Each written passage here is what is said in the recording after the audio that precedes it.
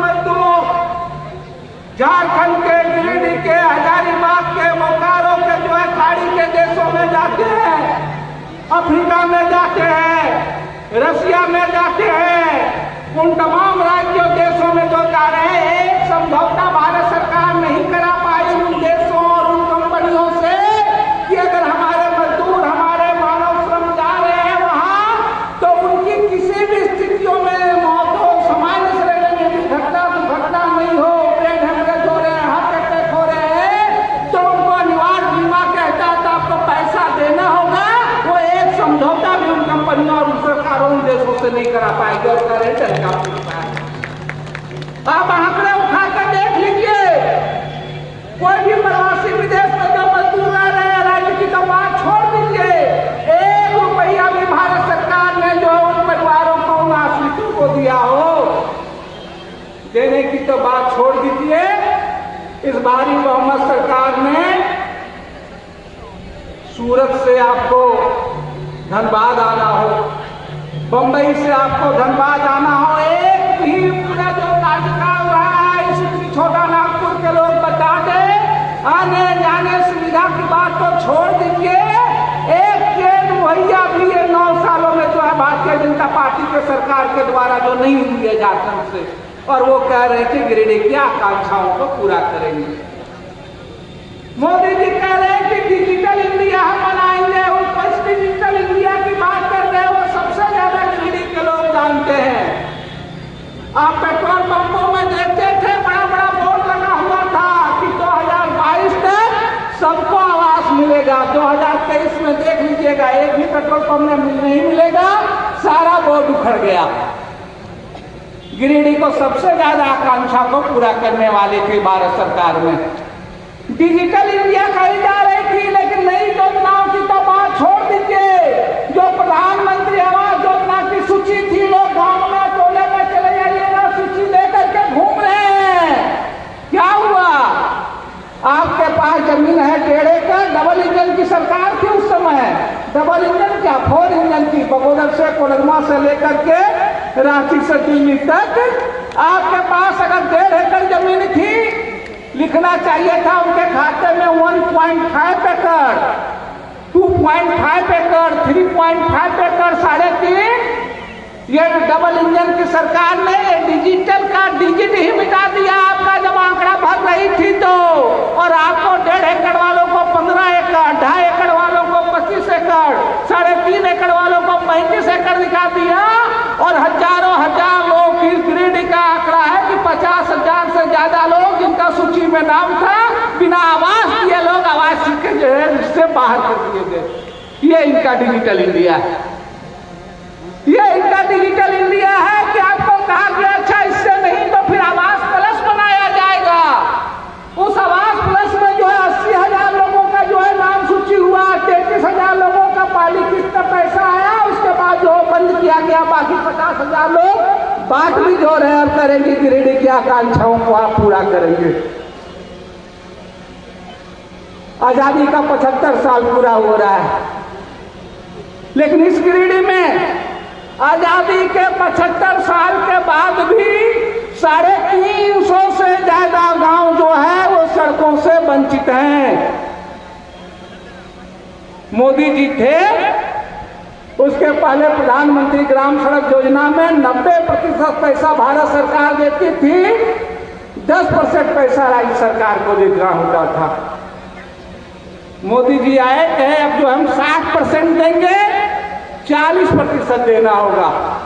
चलिए बात यह भी सही है, लेकिन 2014 के बाद 500 आबादी तक के जो गांव सड़कों से बने से तो बने, 14 के बाद मोदी जी आए इस बगोदर विधानसभा में, बगोदर हो, सरिया हो, बिरनी हो, गिरिडीह पूरे जिले में जिस आकांक्षी जिला को आकांक्षा कर रहे हैं, एक भी प्रधानमंत्री ग्राम सड़क योजना से एक भी सड़क नहीं दी गई। 15, 16, 17, 18, 19, 20, 21, 20 गया। 2020 में एक बार फिर से जब आप लोगों ने यहाँ बगोदर में लाल झंडा बुलंद किया, हमने विधानसभा में आवाज उठाया, राज्य सरकार ने जो है स्वीकार किया। तो हमने कहा आप स्वीकार किया तो आप पत्र कि आप 40% पैसा एक मुफ्त देंगे। राज्य सरकार ने हमारे प्रश्न पे पत्र लिखा, लेकिन 3-3 चिट्ठियां चली गई। तमाम सांसद जो है चुप हैं, तमाम लोग हैं कि सारा सरकार ने जवाब दिया कि अब गाड़ी छूट गई तो छूट गई, हम कोई पैसा नहीं देने जा रहे हैं। लेकिन तब भी हम लोग लड़ाई लड़ रहे हैं और आज तक नहीं मिला। और ये आपकी लड़ाइयों का नतीजा है कि मात्र 2023 में वो 350 गांवों के लिए तो 3.5 रुपया नहीं मिला। मात्र 5 गांव का 2023 में 14 से 22 तक जो खाता खुला बंद था, लड़ते रहे, हम लोगों ने जिला में धरना दिया, तो 5 सड़कों के लिए मरम्मती का कुछ पैसा भी कल आया है, कल जो है स्वीकृति मिला है। और वो कह रहे हैं कि आकांक्षा को गिरिडीह जिला को पूरा करेंगे।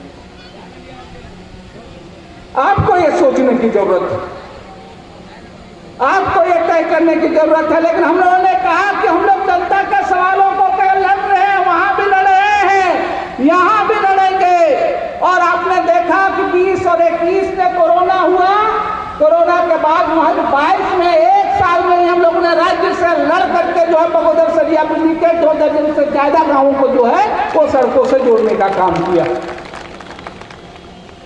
राशन की बात हो रही थी, सही कह रहे थे, बड़ा मुफ्त अनाज की चर्चा हो रही थी। लेकिन जब इस राज्य में किस देश में सबसे ज्यादा भूख से मौतें हुई, जब बात हुई कि भाई कि कम से कम झारखंड में और भी जो है 15 लाख से 25 लाख परिवार है उनको राशन दिया जाए, भारत सरकार ने हाथ खड़े कर लिए,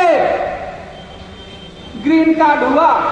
लेकिन जो कह रही है कि हम मुफ्त अनाज दे रहे हैं कि 24 रुपये के दर से भी जब अनाज मिलना है, फूड कॉर्पोरेशन इंडिया का रेट है, 2 महीने के बाद, अगस्त के बाद देखिएगा किसी ग्रीन कार्ड वालों को जो है वो राशन नहीं मिला है। भारत सरकार ने FCI ने जो है वो अनाज देने से मना कर दिया। हम तो लड़ेंगे उनसे, हम हेमंत सोरेन की सरकार उससे भी कहना चाहते हैं, लेकिन ये सरकार ने रंगभर पर बदलाव किया है। उस लड़ाइयों के बल पे तमाम लड़ने वालों ने जल जंगल जमीन अधिकार को लेकर के लड़ाई लड़ने वालों में, लेकिन आप जो यहाँ गड़बड़ियां हो रही है उसको तो देखिए। आपने गिरिडीह जिले में देखा कि 208 डीलर जो है वो रद्द हो गए, लेकिन उन अधिकारियों पे जो है उनका भी बाल भी बांका नहीं हुआ।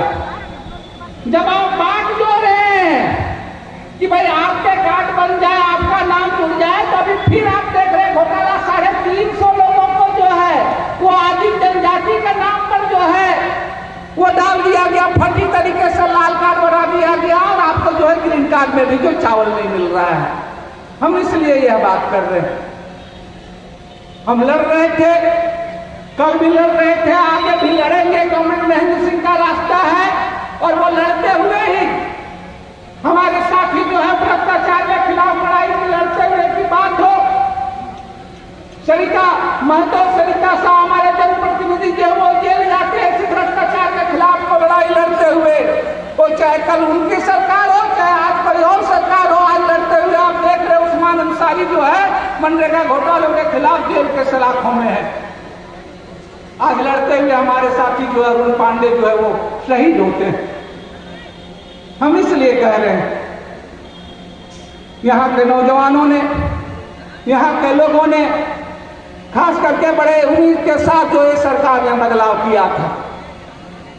पूरे राज्य में, पूरे अगर आप देखेंगे सबसे ज्यादा कंपनियां, ये लोग कह रहे हैं एक देश एक कानून की बात कर रहे हैं, लेकिन आप किस कानून की बात कर रहे हैं जान लीजिए, वो फिर से जो महाजनी सभ्यता की ओर ले जा रहे। अभी आपने देखा पूरे जाड़े में झारखंड में बिजली संकट आई, क्यों? BCCL बकाया न दे चलेगा, CCL बकाया झारखंड का न दे चलेगा, कोल इंडिया नहीं चलेगा, DVC का थोड़ा बकाया रह गया, तो भारत सरकार ने कह दिया कि इसका बकाया नहीं दोगे तो नहीं दोगे, फिर दूसर दुकान से तुम बिजली भी नहीं खरीद सकते हो, दूसरा भी बिजली नहीं देगा। और जाड़े में आपने देखा झारखंड में लोगों को बिजली का संकट जो है उठाना पड़ा। हम इसलिए ये बात कह रहे हैं कि आपको जो कह रहे हैं, जिस गिरिडीह जिले को आकांक्षी जिला की घोषणा की बात कर रहे हैं, उनके इस हकीकत को जानने की जरूरत है, उनके इस बदलाव को जानने की जरूरत है। आप देख रहे हैं जिस रोजगार की बात कर रहे हैं, अभी वो कह रहे थे कि भाई हम देंगे नौकरियां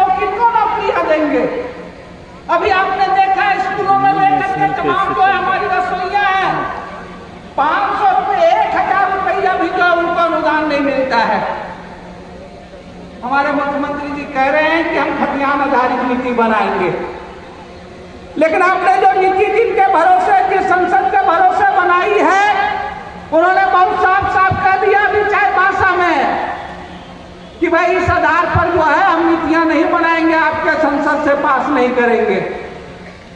राज्य की जनता तो उनसे लड़ रही है, लड़ती रही है, जल जंगल जमीन अधिकार की लड़ाई को लेकर के लड़े हैं। आज उस झारखंड को बने हुए 22 साल हो गए, बिरसा मुंडा सिद्धू कानून लड़े, तमाम लोग लड़े। उस झारखंड में लड़ते हुए मजदूरों की एक राय जैसे लोग जो आते हैं, जयंत गांगुली जैसे लोग आते हैं, गुरदास चटर्जी जैसे लोग शहीद होते हैं, कॉमरेड महेंद्र सिंह जैसे लोग शहीद होते हैं। लेकिन जो बात है हम लड़ेंगे उनसे, लेकिन जिस राज्य की हम बात कर रहे हैं, जिस नियुक्तियों की बात कर रहे हैं, वो भले ही ना करें, लेकिन आप तो उसको लेकर के आगे बढ़े। 3 साल हो गए, पूरे राज्य के नौजवान जो है आज सड़कों पर है। पूरे राज्य में आज आप देख रहे हैं कि भाई आप तो कम से कम अनुबंध कर्मी है, जिन पॉलिसियों की बात कर रहे हैं, नीतियों की बात कर रहे हैं, 12 शिक्षकों को जो हटेड पास है उनको नौकरियां दे सकते हैं। आप तमाम इसलिए ये जो 2023 का साल है वो संघर्षों का भी साल है, और इसलिए नियुक्तियों के लिए भी जो राज्य के लोग हैं आप उसके ऊपर जो है वो नियुक्तियां शुरू करें। आज सहिया हो, रसोईया हो, सेविका हो, मनरेगा कर्मी हो, कृषि मित्र हो, आपने देखा कि वो जिसकी बात कर रहे हैं तमाम योजनाओं को, ऊर्जा दीदी की बात हो रही, जैसे चुनाव आएंगे प्रधानमंत्री जी है एक योजना खड़ी कर देंगे, 500 रुपया आपके खाते में डाल देंगे और फिर 5 सालों तक जो है आप रोजगार के लिए, मानदेय के लिए आप रखते रहे। इसलिए आज खड़े होने की जरूरत है इस राज्य में इन संघर्षों के लिए कि और आप बेहतरी से और चीजों से लेकर के उन रास्तों पे कैसे आगे बढ़े। आइए हम कॉमरेड महेंद्र सिंह के शहादत दिवस के अवसर पर ये संकल्प लेते हैं। लेकिन सही कहा, वो चाहे रोजगार का सवाल हो, वो चाहे राशन का सवाल हो, वो चाहे प्रवासी मजदूरों का सवाल हो, तब वो लोग कहीं नहीं आएंगे, वो सारी चीजें नहीं आएंगे। वो फिर चुनाव में जातियों, धर्मों और तमाम लोगों पे फिर वो चाशनी परोस करके आएंगे। लेकिन आज इस आने वाले दौर में आपको इस फांसीवाद के खिलाफ, ये जो आपके धर्म जाति के नाम के खिलाफ जो आपको चाशनी लेकर के आ रहे हैं, जो पूरे देश की साजिश विरासत को जो है वो खत्म कर रहे हैं, जो इस पूरे देश में, राज्य में जिस जल जंगल जमीन अधिकार की बात कर रहे हैं, 22 सालों में राज्य तो जरूर अलग हुआ, जरूर प्रशासनिक रूप से, भौगोलिक रूप से आप राज्य बने, लेकिन उस पहचान की लड़ाई, उस अधिकार की लड़ाई, उस संघर्ष की लड़ाई अभी आगे आपको भी लड़ना है। और कॉमरेड महेंद्र सिंह, गुरदास चटर्जी जैसे लोग इन्हीं लड़ाइयों के प्रतीक थे। आइए हम संकल्प लेते हैं, और इसीलिए हम लोगों का पार्टी महाधिवेशन जो होने जा रहा है पटना में, इसी संकल्पों पे आगे बढ़ते हुए कि जिस भारत की हम बात कर रहे हैं, जिस 75 साल की भारत की ये बात कर रहे हैं, वो इसलिए नहीं बना था कि हमारे संपदाओं को, हमारे तमाम जो प्राकृतिक धरोहरों को ये कारपोरेट घरानों में सौंपें। हमारे शहीद इसलिए नहीं शहीद हुए, वो चाहे भगत सिंह की धरती हो, बिरसा सिद्धू कानू की धरती हो, हम उन अपने अधिकारों के लिए आवाज बढ़ाएंगे, हम उन संघर्षों की आवाज बढ़ाएंगे। इन्हीं संघर्षों के साथ हमारी पार्टी का महाधिवेशन जो है वो पटना में हो रहा है। शुरुआत हम लोग जो है 15 में जो है 15 फरवरी को पटना गांधी मैदान में रैली से करेंगे। एक लंबे समय के बाद एक बार फिर गिरिडीह से, झारखंड से हम तमाम लोग जो है उस पटना में गांधी मैदान में जाएंगे, जिस गांधी मैदान में हम एक बिहार के समय कभी कॉमरेड महेंद्र सिंह के साथ झंडा लेकर के जाते थे। उन संघर्षों को आगे बढ़ाएंगे इसी उम्मीद के साथ, इसी विश्वास के साथ। आप सबको धन्यवाद, शुक्रिया। इनकलाब जिंदाबाद।